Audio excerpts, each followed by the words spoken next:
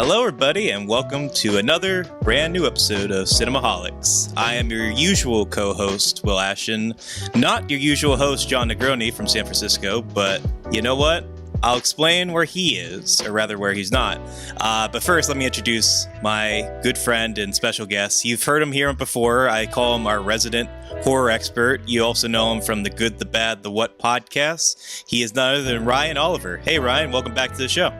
Hey, Will, thanks for having me. I think at this point you've installed like a bat signal on the Space Needle. So in the event it's like, hey, there's a new horror movie and John hasn't seen it, come on. So, no, I'm honored as always to be on the show. Thanks for having me back. Of course. Yeah, I mean, I feel like, and I'm sure he'll fight this, but there's been a recurring pattern where the movies that he misses are usually horror films, which is why you're thankfully always available to come on and fill his place. But I'm getting the vibe that he's maybe a bit of a wuss or something. Like he's just always coming up with these convenient excuses like, oh, I have to see my in-laws this weekend, or oh, there's a global pandemic. Like things that, I don't know, it just feels like he's coming up with excuses for not seeing these movies. Like, you know, I don't know. Yeah, it sounds suspect to me, to be honest. Yeah, for sure. Yeah. I mean, you know, he talks about, oh, I can't see horror movies at night. I have to see them during the day. It's scarier the day. I'm like, I don't know. I'm not feeling it. I feel something's up. But nevertheless, he couldn't join us. He couldn't see the film on time. So I was very thankful that you were available. He had seen the film even before I did. So you could make it work. And I think that's for the better because it's going to be a fun talk. Yeah, I look forward to it for sure. You know, I love the Evil Dead series, so I like this. This is going to be this right in my wheelhouse. So yeah. I'm looking forward to get into it. Oh, for sure, yeah. Because I mean, now that I think about it, Evil Dead, if it wasn't like my entryway into horror, it had to be one of like the very first franchises that I saw that really got me into horror. Because initially, I don't know. I remember having a kind of aversion earlier in my life to horror movies, like not really understanding the appeal, being scared, like not really understanding why you go to a movie to see the things you don't want to see per se. But I feel like when I saw the Evil Dead movies, it must have been shortly after I saw Sam Raimi's Spider-Man movies, that it kind of clicked for me in a strange way where I was like, oh, horror movies and comedies are not too averse. Like I always understood the appeal of comedies, but like I never really got that they were both this form of release until I saw the way that Sam Raimi was able to weave them in so masterfully, or rather so beautifully with these Evil Dead movies, in particular Evil Dead 2, but even Evil Dead 1 I still have quite a fondness for. I do too. I mean Evil Dead, the first one, I think is still probably like one of the best, like, I guess, renegade horror movies, if you will, that was like, you know, that really like made a splash outside of the studio system. I'd say maybe second to like the original Texas Chainsaw Massacre. Like that movie still absolutely is like, it still feels transgressive like to this day. Like there's something that feels almost dangerous about it. Which obviously like it's been well documented, of course, like the production was hell and like it was a really, really grueling shoot and they had no money. But like, you know, there's still something that feels like dangerous and sort of like you're literally opening a Book of the Dead watching that movie. And so I appreciate its rough around the edginess for sure. And of course, I think, like you said, the formula really crystallized with Evil Dead 2. Like that's probably my favorite horror comedy of all time because the horror and the comedy are so like sort of neck and neck. They don't like I like horror comedy as a subgenre, but often like it tips the scales towards comedy most of the time. So like to have one that's genuinely scary and funny like at the same time, I think is impressive. And then of course Army of Darkness went way into like a Chuck Jones cartoon version of the Evil Dead. But I still do love that movie very, very much. Surprisingly, and we'll get into the 2013 one probably because I feel like there's a lot of hand in hand with Evil Dead Rise in regards to the Fede Alvarez version. But surprisingly, I didn't come to Evil Dead till either late high school or early college. My sort of horror entryway, like when I was a kid, was like the Nightmare on Elm Street series. Like I watched that probably like too young. A friend of mine, his dad had like all of them on VHS, so like I'd sleep over and we'd like watch all of them. Weirdly enough, my introduction to Evil Dead, this is going to sound strange, is for a while they made a couple video games, and then they made one for the Xbox. I think it was called Hail to the King, I want to say. And that was my first entry in Evil Dead, was playing that game as Ash with a chainsaw, just like ripping deadites to shreds. Yeah, and I think they are still making games because I actually got the chance to see Bruce Campbell back a week ago on Wednesday of last week, which was fitting timing with the movie coming out this past Friday as well. But yeah, I mean, he was mentioning that obviously he's retired from playing the characters at this point, but he's still playing it in voice form with a game or an upcoming game of some sort. So there was a new game that came out last year, and it's sort of like if you ever played the Friday the 13th game where it was like a, 7v1 or something like that, where like you're all the campers and somebody's Jason. This is a lot like that. I think it's more like a 3v4 sort of setup, but like you're either Ash or like characters from Army of Darkness, and then like somebody is the Deadite, and you're trying to like wreck the rest of the players. It's a pretty fun game, actually. Yeah. But neither here nor there. But yeah, that's a good point. He is still, it's definitely his voice unmistakably when you play that game. Yeah. You're like, yeah, that's Bruce Campbell.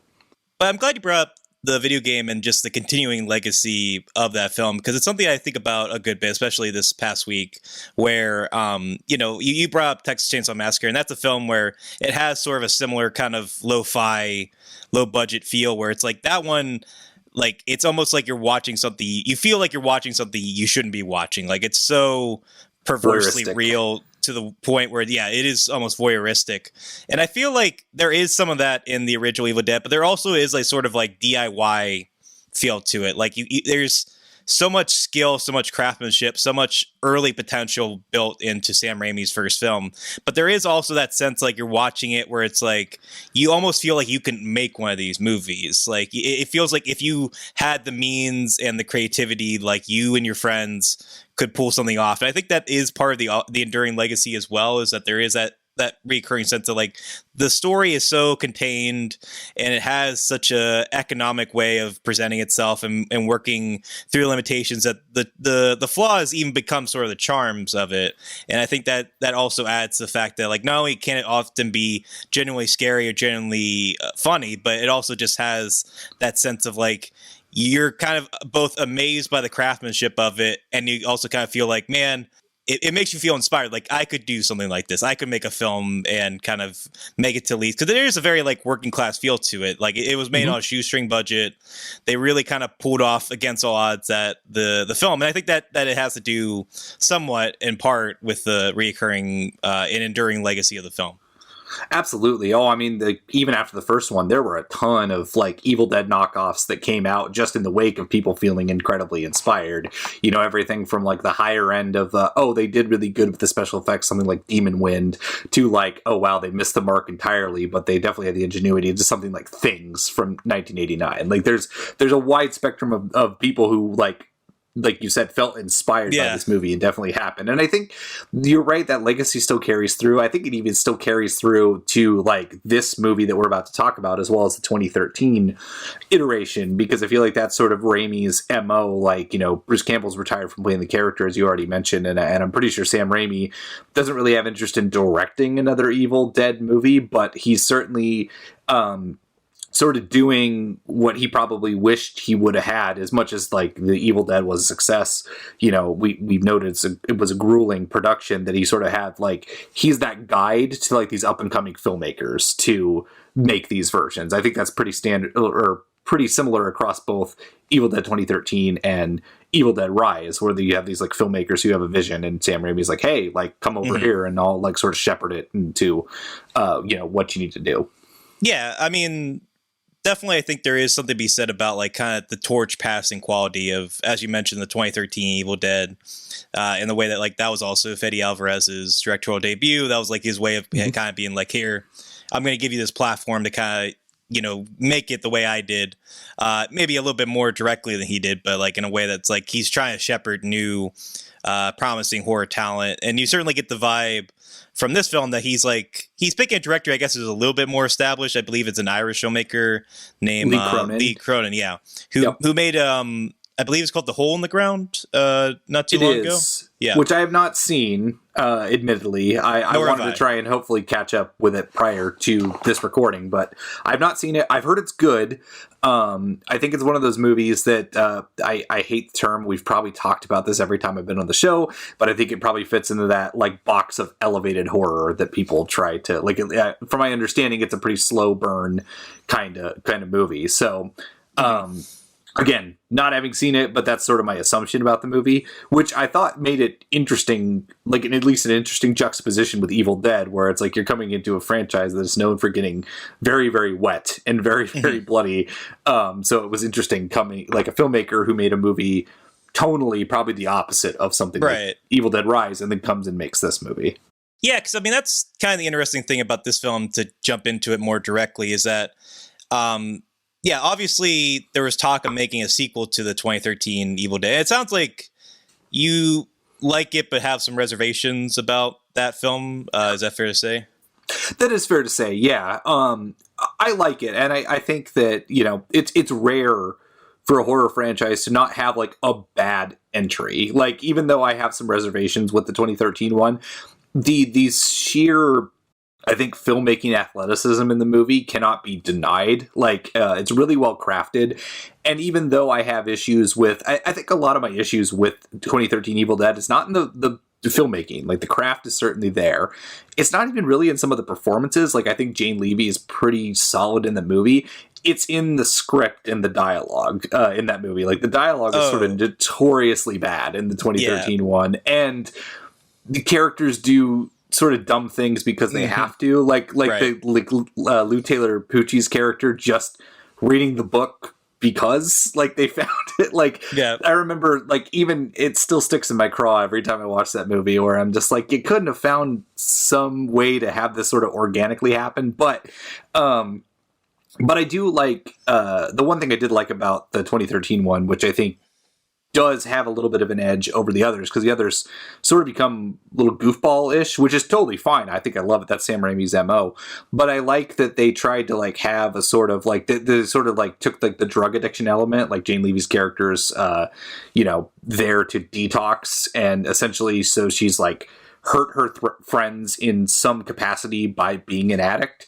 And so like I thought weaving that drug addiction into the story, into that like sort of idea of like literally overcoming your demons, little on the nose, but I thought it was a fresh like take for the series. Like I said, I have issues with the dialogue and the some of the characterizations, but I do think that there's something there, and it was a fun theater going experience. Oh, like, I remember, I'll say that. Like, yeah, the theater going experience was a blast, and I would probably equate, you know, I'm sure we'll tip shortly here into Evil Dead Rise proper, but I would equate that probably favorably in terms of like it being a hoot of a theatrical experience for sure. Yeah, I mean, I definitely, because I remember the theatrical experience for that film very vividly. I was in college. I remember being really excited because it was like, this is like the first, I know it wasn't Evil Dead proper, but it was like the first Evil Dead movie, more or less in my lifetime, because Army of Darkness came out the year I was born. So it was like, like I can finally see an Evil Dead movie. I know it's not proper, but like Bruce Campbell and Sam Raimi produced it. They're like kind of shepherding it. And it was also just fun to be like, okay, obviously I love the comedy in the Evil Dead movies, but it kind of was getting defined by that comedy because of Army of Darkness. And it's like, this is our chance to kind of return to the true, genuine horror of that first movie. That's, you know, what audiences really responded to when that first came out, and like kind of revamping it. And it's, I mean, by Evil Dead standards, I mean, it's certainly a little lesser than the other ones, to be sure.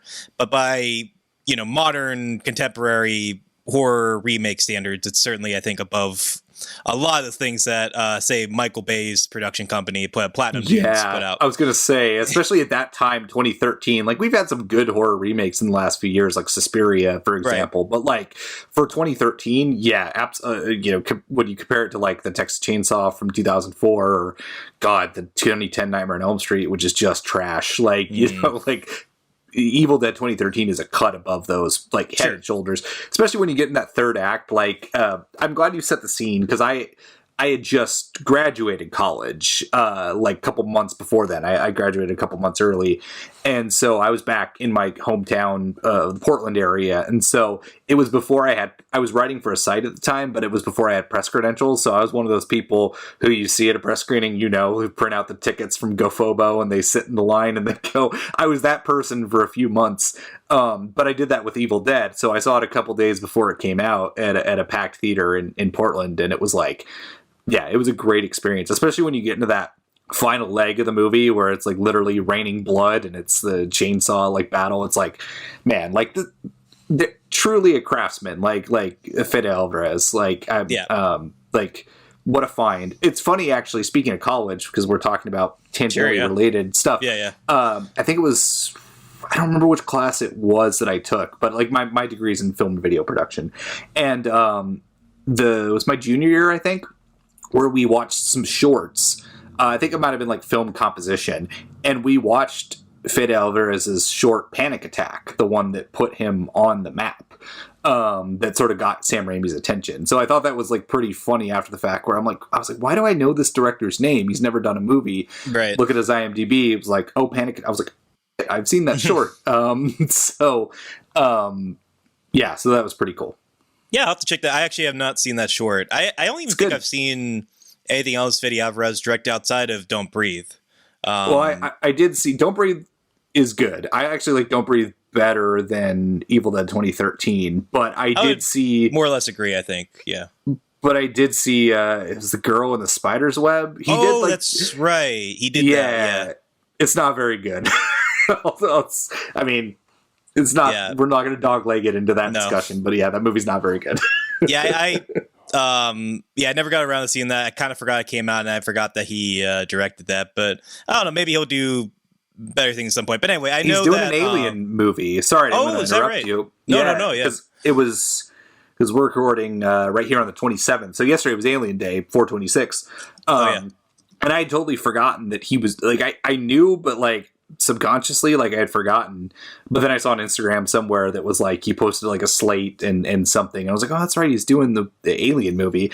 I think unfortunately it's a straight to Hulu thing, the way that Prey was, yeah, which is a bummer, but I'm curious to see what he does for sure.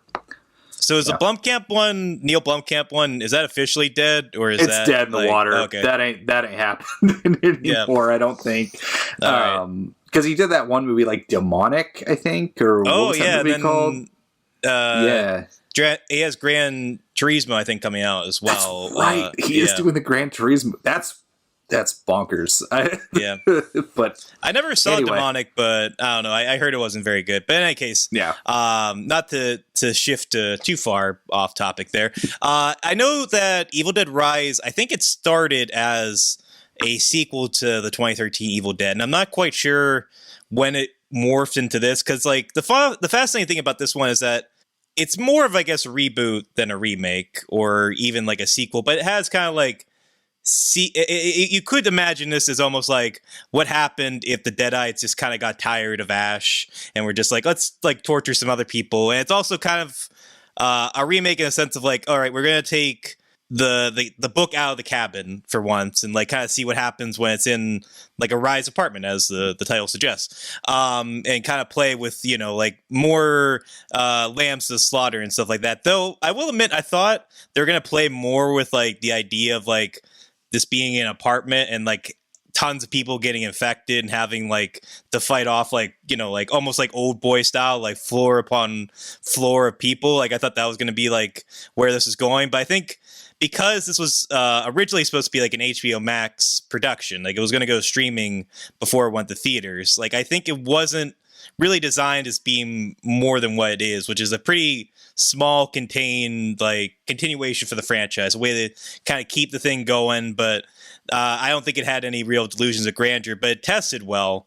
And Zaslav was just like, well, we got to put this thing in theaters, baby. We can make money off of this.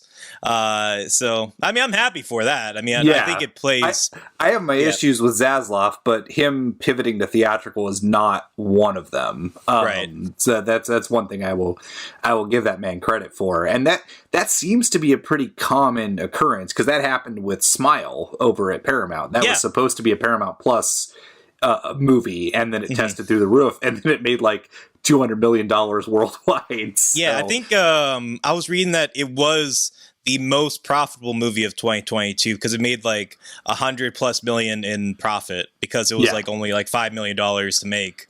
And so, yeah, I mean, it just now, obviously, as we're seeing from like CinemaCon and stuff, like studios are flocking to theatrical presentation and kind of ditching a lot of their streaming plans. So this is kind of one of the many examples of how streaming titles are kind of being pushed into theaters.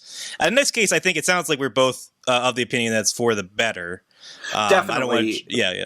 No. Sorry, I want to cut you off there. But no, it was definitely for the better because I thought this was a really good theatrical experience. And I unfortunately didn't see another movie that was supposed to be to HBO Max and they pivoted to theatrical at the 0 hour, which was Magic Mike's Last Dance, which I will eventually see because I do like the first two movies. I just haven't gotten there. But I did talk to a couple friends who saw it in the theater and they noted like the sound mixing of that movie, for example, they're like, you could tell it was made for streaming. Like they didn't really do anything to change it for theatrical. And with Evil Dead Rise, for me, it felt like the opposite. Where like the sound mixing I thought was great. Like it played really well in the auditorium that I was watching the movie in. Like visually it was really, really well done. Like I didn't feel like it being a streaming movie that pivoted to theatrical dampened like the theatrical experience of the movie. Like the sound mix was great and the visuals were great. And, you know, of course, like you said, I kind of was hoping for like the Evil Dead meets The Raid, I think might be a fair like comparison of what you were talking to where they're like fighting floor to floor. Yeah. Perfect comparison. I'll say that's spot on. Well, maybe, I mean, this movie's doing well, so maybe we'll get a sequel and that they can expand and do that. But like, because the series is so, like, other than Army of Darkness, like all of them are low budget. Like Army of Darkness was clearly the biggest budgeted of these movies. But like everything is so contained about them that like it fit the spirit of the series. So like, I didn't feel like it being a streaming movie pivoting was like a dampened it in any way. Like it felt like this was the presentation that was meant to be seen. So yeah, I didn't really feel that necessarily. Oh, for sure. Yeah. And I mean, the sound in particular is what kind of surprised me as far as like, it's amazing to me that this was once intended to only be on streaming because it has such a crisp, unmistakable sound that like it does feel very fitting for the surround sound, the 5.1 surround sound you get in a theatrical setting. But yeah, I mean, outside of the presentation, we should just talk about the film itself. I don't know if there's a whole lot to really dive into in terms of story, but the very broad strokes of it would be that we follow, I think it's Lily Sullivan's character, who is this groupie. Well, not groupie, I should say. She's very clear throughout the movie that she's not a groupie.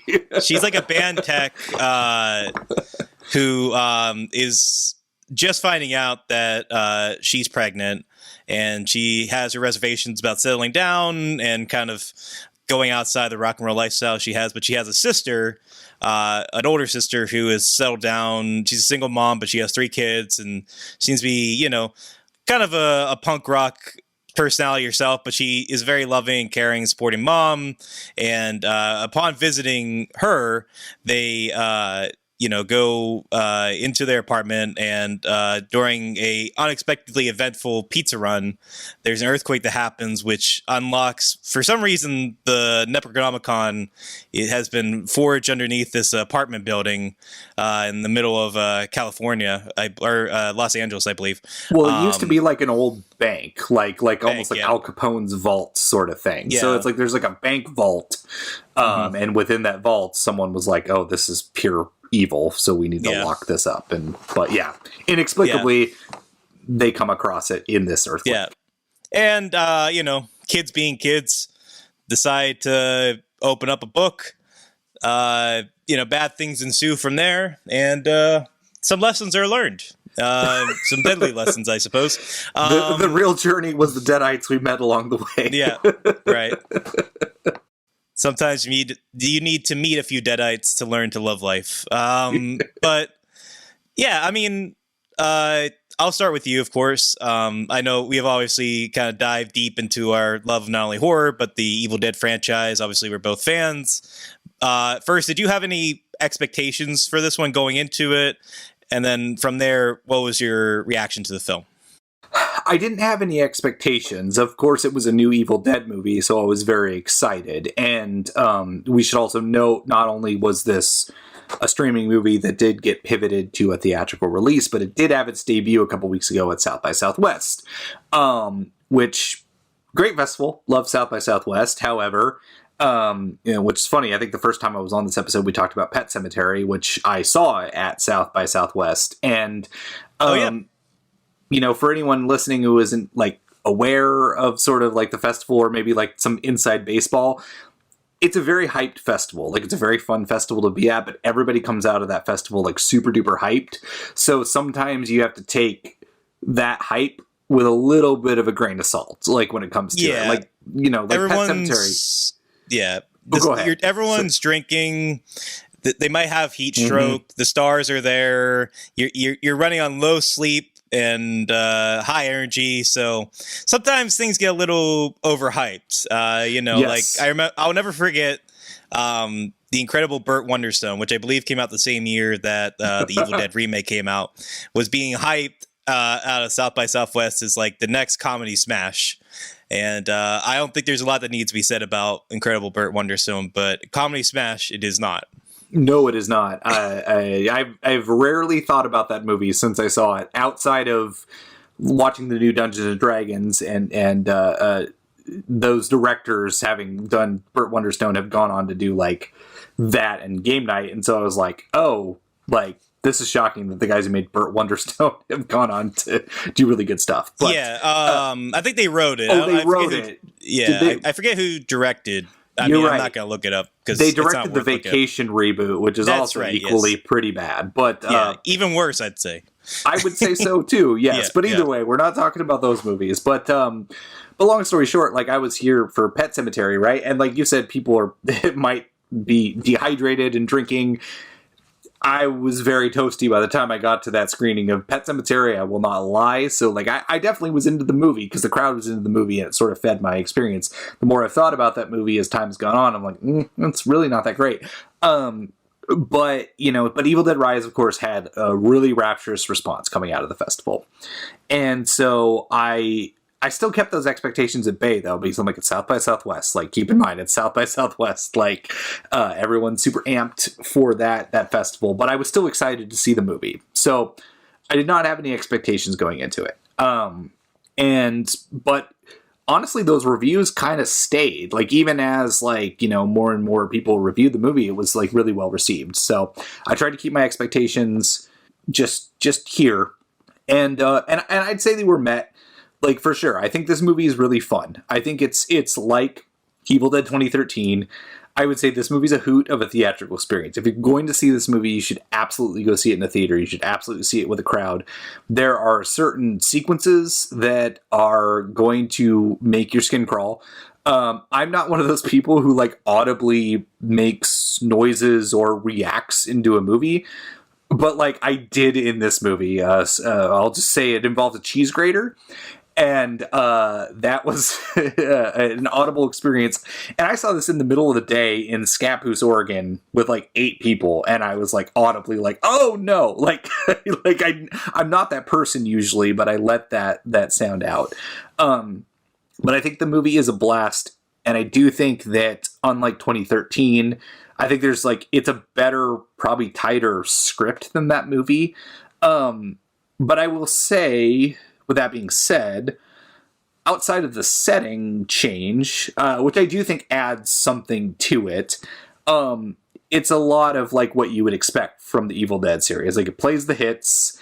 It's really like gory. There's a lot of really great like camera work, and I will say one thing that's missing in 2013 that is a little bit reinstated in this movie is some of the humor that we're known for, like darkly so, but like there's some really funny, like darkly funny bits in this movie that I was actually like, I think it's in the trailer, so it's not really a spoiler to say, but their mother, because she's like locked out of the building for like a certain amount of time, when she's like through the peephole, and she's like trying to get the youngest daughter like to convince her to let her in. It's like, well, sounds like you just need a big old hug. Like, it made me laugh super hard. Like, I saw it in the trailer, but like the context of the movie added a lot to it. So there's a lot of humor that's reinstated in this movie. But I feel like I've talked way too long. Did you, Will, as a fan of the series, have any expectations going in? Like, what were your sort of like what were you expecting? Yeah, I mean, weirdly, I feel like my expectations were kind of in check with this one, at least compared to the 2013 one, where I just remember being like rapturously hyped. I was really into the trailer. I was just really psyched to see a Evil Dead movie in theaters. I saw that one at midnight. There was a ton of people in the audience. Everyone was like reacting audibly, and it was just a good, fun time. Now, I did recently. I when I was preparing for this episode, I was starting to rewatch the 2013 one, just out of curiosity, because I like the film and I still do, and I was just curious to see if it held up. And I think, like you said, visually it does. In terms of the writing, there are definitely some lines that are groan-inducing. One of my favorites upon this rewatch is when they discover the basement and like they smell the carcasses boiling, or starting to fest through, and they pull the carpet back and there's like a trail of blood. The one guy goes, "Is that blood?" It's just like stuff like that.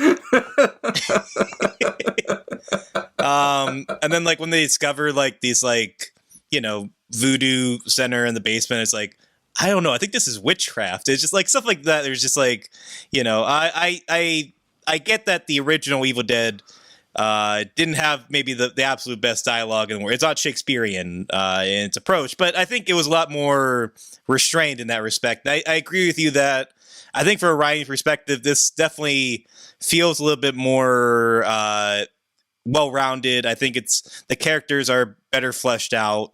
And I agree with you in particular about the way that the film is able to infuse the comedy a little bit more. It's certainly a more darkly comedic tone compared to the 2013 one, which, while it also has some darkly comedic moments, I think went out of its way to be understandably its own thing and trying to be a lot darker, a lot bleaker, a lot gloomier in its outlook in visual presentation.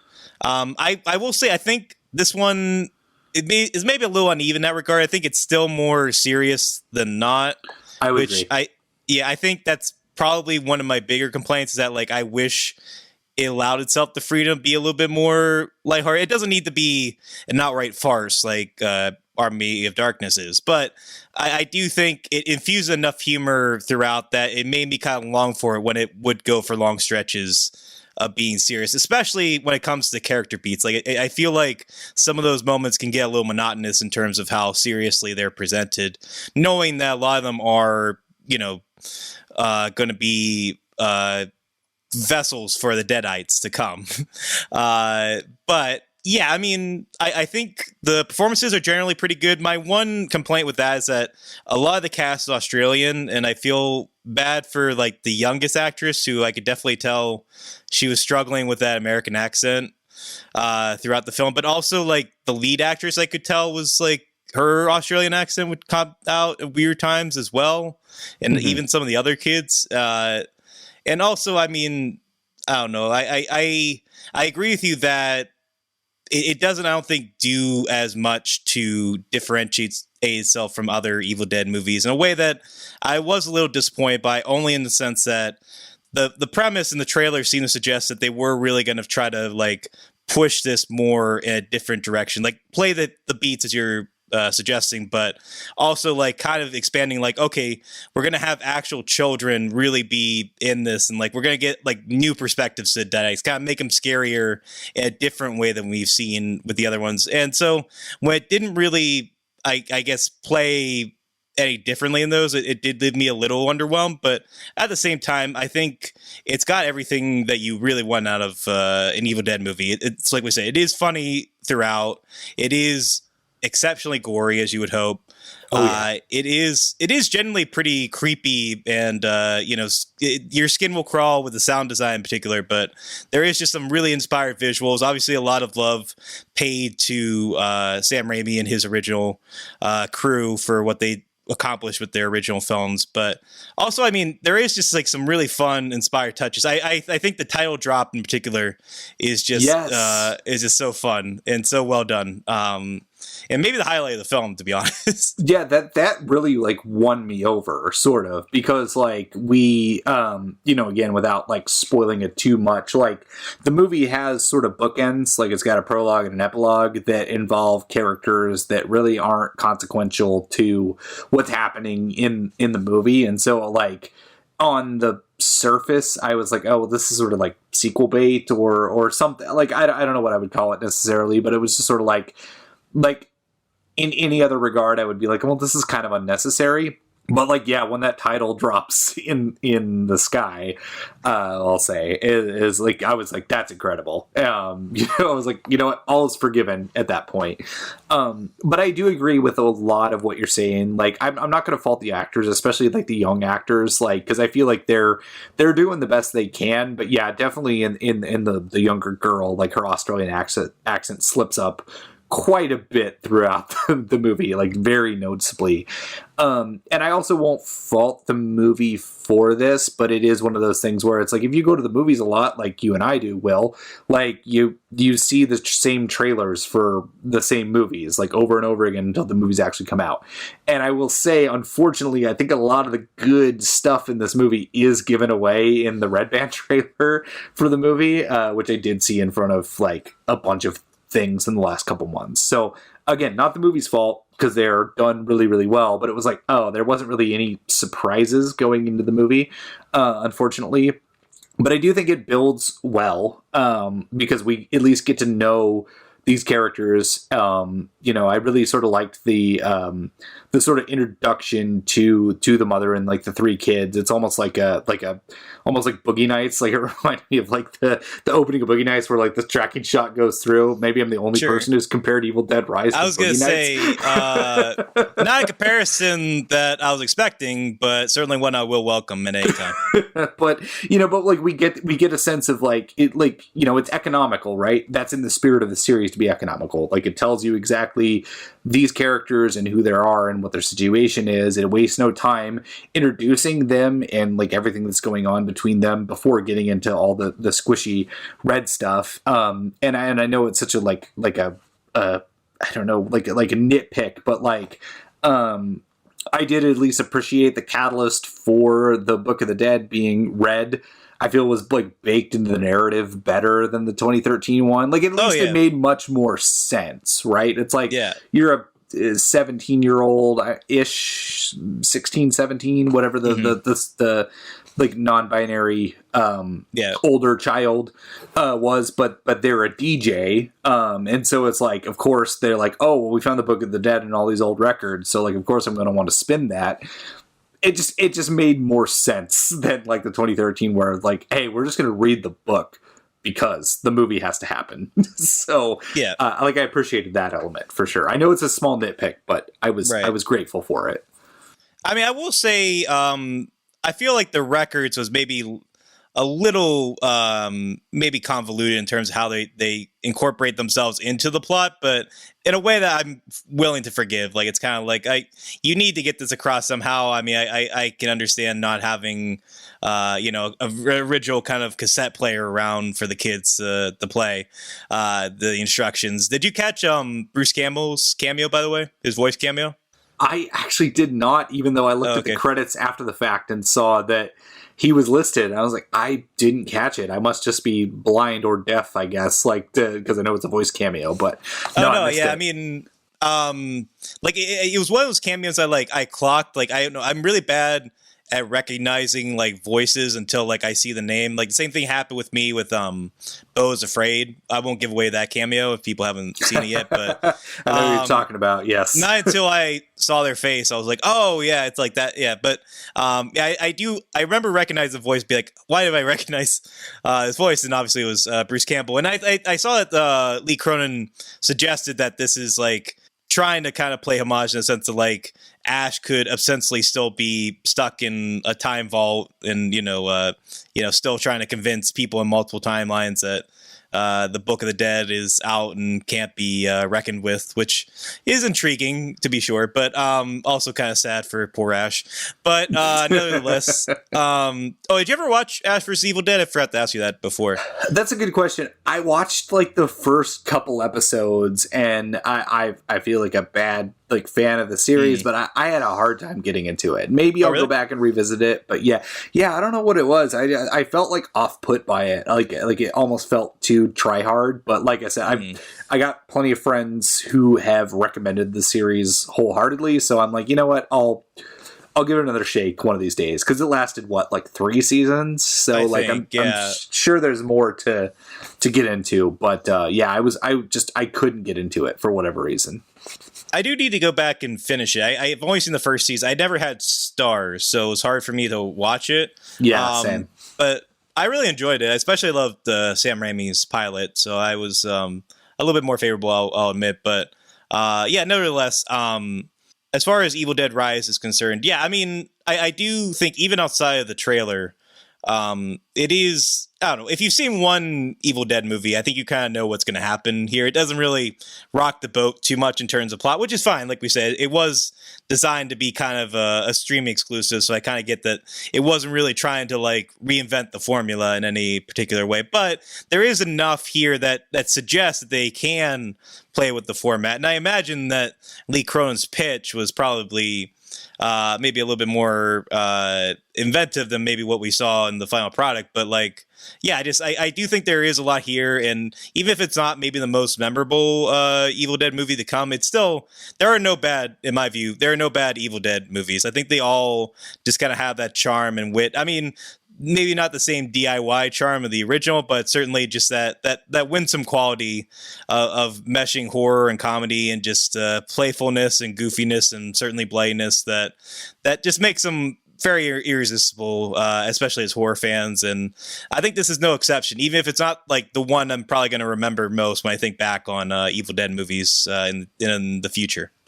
Yeah, no, I'm in agreement. Like to have a series like, outside of horror, even just a series period, like let's just throw that out there, to have no bad entry in the series is like really impressive. But like, especially when you drill down in horror, for sure, because I can't think of another horror series that doesn't have like a bad entry. Like even my beloved Nightmare on Elm Street, like I said, like there's a couple that stink. Like Remake's terrible, Freddy's Dead is terrible. Like there's some bad ones, you know. So it's like it's very rare to have that happen. So like we shouldn't look a gift horse in the mouth. Like we should, like, it's one of those things where, like you said, it doesn't rock the boat.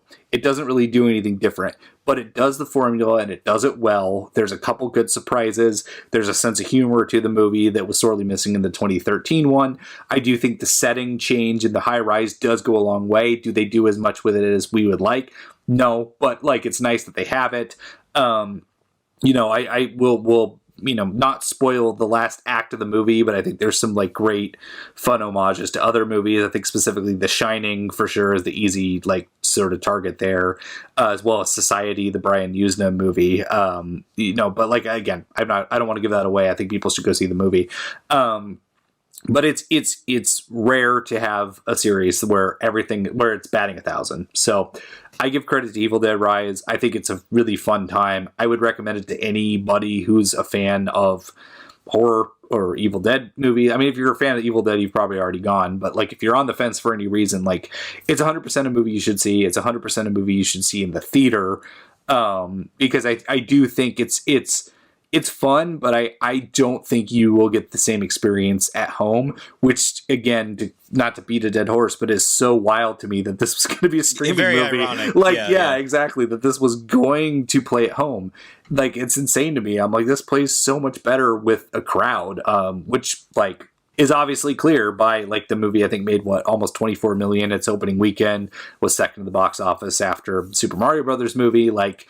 And the movie, I think, after marketing cost 19 million, both budget and marketing. So, like, I think it's already in the black. So I think so. I mean, the fact that they make any money on it, considering that it was going to be HBO Max, should suggest that they're probably happy with what's in store. I don't know if that means we'll get another Evil Dead movie in the near future, if he'll stall like the sequel to the 2013 one did, or what's to come. I mean, all I can really hope for is that they don't break the trend or buck the trend or whatever the terminology is with a weaker Evil Dead movie. Though, I mean, it does seem like Sam Raimi and Bruce Campbell are staying close. I imagine they had less direct involvement with this one compared to the previous 2013 Well, I don't one. want to cut you off there, but I noticed that they were executive producers as Right. opposed to producers. Right. And it wasn't Ghost House, Sam Raimi and Bob Taper's company who did it. So I think you're right. They were a little bit more distant, involved, but more distant than 2013 for sure. Yeah. And that's one of the things where, especially with executive producers, I never really know if that means like they're offering like notes or creative input, or if it's more just kind of like, we're just giving this kind of their seal of approval, and you didn't mess it up. So congratulations. Or we're just happy to get the check. I don't know what it is exactly, but maybe it could be all three. I don't know. But in any case, I think that's a very good wrap up. I definitely agree with you about seeing a crowd, particularly since my theatrical experience for this film was vastly different than my viewing experience for 2013. Whereas where I saw that one at midnight with a crowd, this one I saw at 1 p.m. on a weekday in a suburban mall. Totally by myself, which is still a lovely experience for me, but I was kind of missing that like crowd experience of seeing it with other people and getting involved in the way that I was able to with the 2013 one. I think it would have benefited my experience. Not that I had a bad experience with this one. I would have been right there. I'm right there with you because I saw it this last Saturday at 3 p.m. I got a little twinge of nostalgia, though, because I did see it. I should preface. I saw this movie in Scappoose, Oregon, which at a movie theater called Cinema 7, which is where I worked at in high school and a little bit throughout college. Me and my son went to go visit my family down in Oregon this last weekend. So they were like, okay, we're going to watch our grandson. You go do whatever. So I went back to my old stomping grounds to go watch Evil Dead Rise. And it was sort of like, it was nostalgic because it's like I've watched so many movies in this movie theater, specifically this auditorium. So like there was that, and also the theater opened, I think, in 2008. And it was the first theater in Oregon to go fully digital because that was the way that things were going. So they just opened it all digital. And unlike a lot of multiplexes, when you go to like an AMC or a Regal, like when people installed digital, they just stopped masking movies correctly. They almost like mat it to 1:8:5 to 1. And if it is a scope projection, then it's just like you just get the letterboxing and you have to fucking deal with it.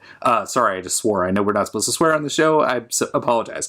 But bleep that out if you have to. But because this was built with that in mind, the masking is proper. So whether you're watching the movie in 1:8:5 to 1 or 1:2:3:9, it all does. So like the movie was in scope, and so like the curtain expanded and it was all matted properly, and so it was like I missed this, like because not every theater does this anymore. So we have our qualms with the movie we've already just discussed, but like the experience of watching this movie was like a warm blanket.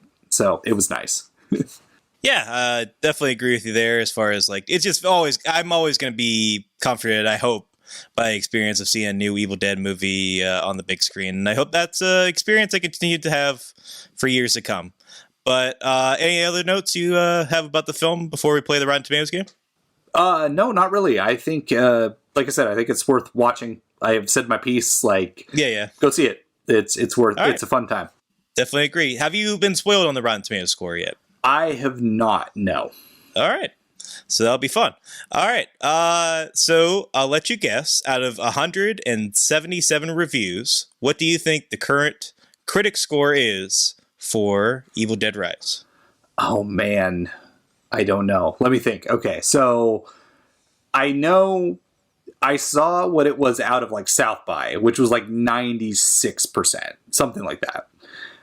Which is absurdly high. I do not think it's that way, but I don't think it's as low as 2013, which I think had like a 63 or 64, which also we should note, Evil Dead 2013 also played at South by Southwest, had a super hyped, and then sort of dropped a little bit once everybody else reviewed it. But I'm going to say it's got to be like high 70s, low 80s. I'm gonna play it safe. I'm gonna say 80. 80? Yeah. You are not far off. It is currently at 84%. Okay. So not certified bad. fresh. I don't know if I didn't look up how many other Evil Dead movies are certified fresh, but I would think hope they at least Evil all Dead 2. are, except for Yeah. I think 1, 2, and Army of Darkness. Maybe I don't know. I didn't look them up either, but It's hard to say because I know the initial reaction to Army of Darkness I feel is kind of critical. Like I feel it got mixed and negative reviews. It by did, the because original run of critics. Yeah. I think because the combo of like the fans of the Evil Dead movies were like, "What the hell," and then just general critics were like, "What the hell?" Like everyone was sort of, because like it was Dino De Laurentiis, and it was distributed by Paramount. It was sort of like Darkman became an Universal. Universal. Thank you. Yeah. You're right, because I was getting into that with I would have figured it out. I would have self-corrected, Sure. but thank you for correcting. Yeah. Because Darkman was a big surprise hit. Which like Sam Raimi and Bob Tapert like kind of went behind the studio's back to cut the movie the way they wanted. And Universal was not happy about that, but then the movie was a hit, so they didn't really care. So this was Army of Darkness sort of became his carte blanche movie in the wake of Darkman's success. And I mean, he took advantage of it. That's for sure. Yeah. It is funny you brought up the studio because I'm pretty sure, I mean, I have to remember who distributed Evil Dead 1 and 2, but it has kind of, ping pong between different studios throughout the years. Yeah. Like, obviously, like we said, Universal did Army of Darkness, and then like Sony did the 2013 remake, and this is Warner Brothers Discovery. I think it may have been a New Line title, but I think it's actually just Warner Brothers Discovery. Obviously, it was going to go to HBO Max, so it's just, I feel like, Evil Dead, kind of similar to Necronomicon, which I agree with you, I meant to say before, looks really cool in its new iteration here. It's kind of passing, the blessing and the curse of the franchise onto different studios and kind of ensuing havoc from there. You take it. No, you take it. Yeah. And I hope that tradition continues to come. How about the audience score on Rotten Tomatoes? Oh, man. That's right. I forgot you guys do this. Horror audiences tend to be picky. I'm going to say 76. Once again, you're pretty close. It is currently at 79%. Oh my god! So I guess if we're doing Price is Right rolls, then I at least got close without going over. So yeah, I mean, it certainly seems like critics, audiences are responding to the film. They're liking it, getting what they wanted out of it. Can't complain, and not far off from where we were. Absolutely, outside I'm of curious. Our reservations. I was going to say I'll be curious how it does the oh my goodness, I'm curious how it does during the second weekend, because that's like sometimes horror can stay, sometimes it sinks like a stone. There's not really any huge wide releases this weekend on April 28th. It's sort of a calm before the storm before the next Guardians of the Galaxy movie comes out on May 5th. So I'll be curious to see where it lands. Yeah, I don't know. Because this week, it's mostly Are You There, God's Me, Margaret, and then like the George Foreman film. Oh man, dude! They've been like I've been watching more. I don't watch a ton of sport. I used to watch way more sports than I do now, but but the Seattle Kraken are in the Stanley Cup playoffs, so I've been watching those games, and man, they are jamming that George Foreman biopic ads right down your throat. Yeah, like ESPN.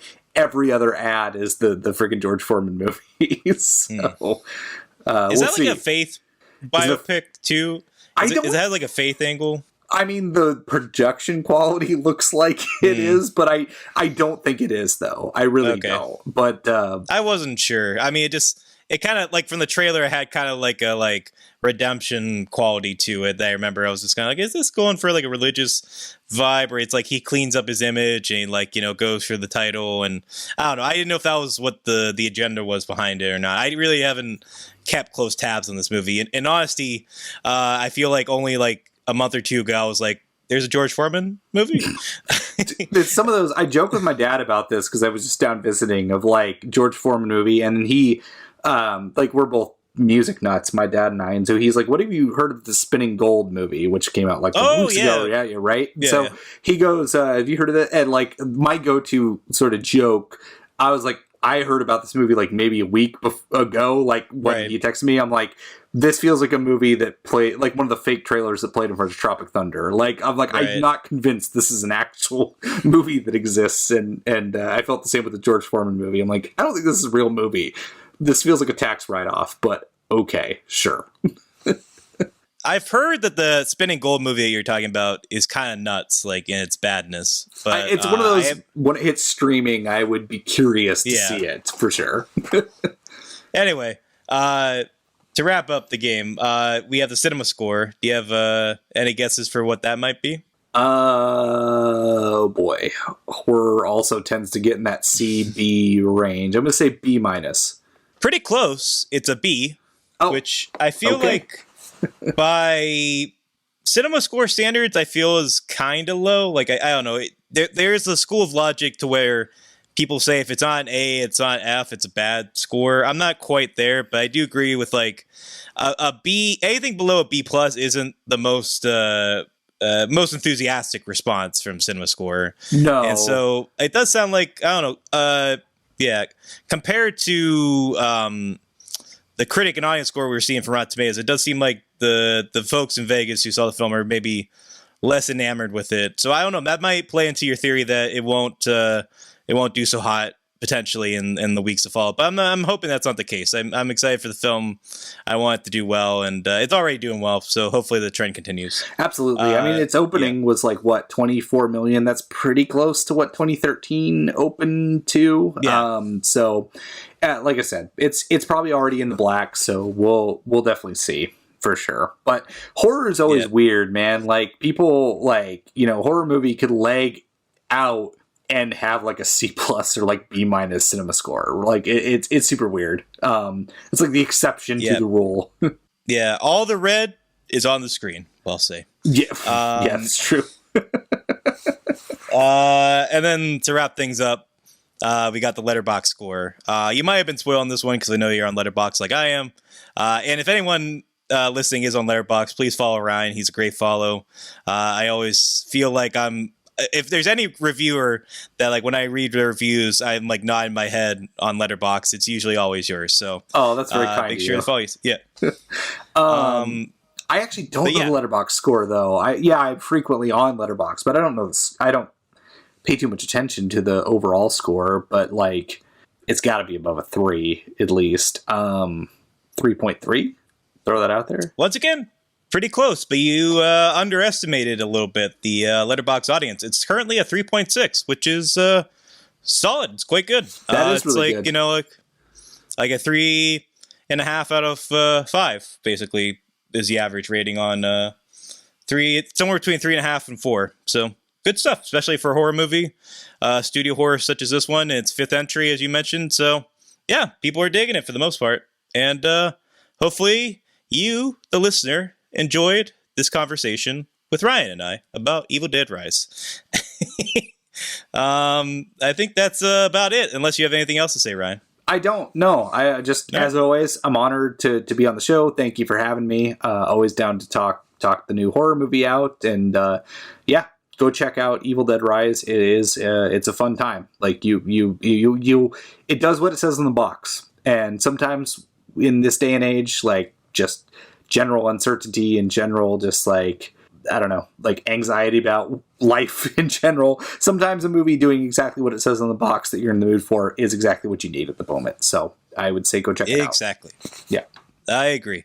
I feel bad because you haven't really been on a main episode with John and I in a little bit.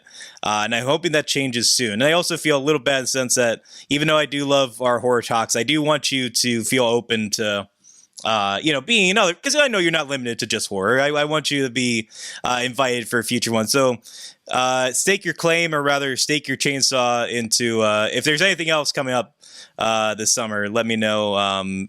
We'll try to get you on for a future episode. Is there anything in particular coming up that you're looking forward to? This summer? Oh man. I gotta look at the summer list to see, because I don't know every single thing that's coming out. I am looking forward to, love animation in general, so I'm looking forward to both Spider-Man Across the Spider-Verse as well as Pixar's Elemental. which I think is the closing night film at the Cannes Film Festival, just got announced. So that's pretty cool.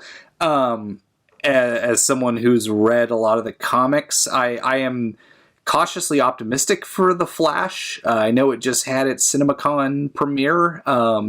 People had a lot of good things to say about it, but I'm always trepidatious about what the hype is like. But those are the ones I could think of. I mean, I'm excited about the new Indiana Jones. I know everyone's a little burnt by Kingdom of the Crystal Skull. That's probably the sort of the general consensus. But I do think that James Mangold has proven himself to be a pretty good filmmaker in his own right. So I am looking forward to that as well.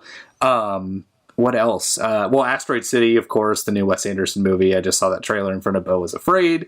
It looks very Wes Anderson-y for to the nth degree, but nevertheless, I will be there. And I think, of course, I've been trying to convince my wife to do a chaotic double feature in middle of July where we go see both Oppenheimer and Barbie, because I am excited for both of those movies. But man, talk about a tone shift. So yeah. Which one are you doing first? I have to ask. Well, I mean, I feel like if you're going to do it, I feel like you got to do Oppenheimer first almost, because that's going to be the bummer of the movie. Exactly. And 3 hours long. That's my logic exactly. You got to start with the downer and end with the upper. I keep seeing people being like, I'm going to start with Bobby. I'm going to start with Barbie and then go Oppenheimer's like, do you fools? You ignoramuses. I want the palate cleanse afterwards. I want to feel good after that. So yeah, exactly. So no matter what, we'll definitely get you on again. You're always a great guest, and I'm always happy to talk with you. And thank you so much for joining me for another fun conversation about the latest and the greatest in horror movies. Absolutely. Thanks for having me. All right. From the Internet of Pennsylvania, I'm Wes. And from Seattle, I'm Ryan Oliver. And with that, I can only say groovy.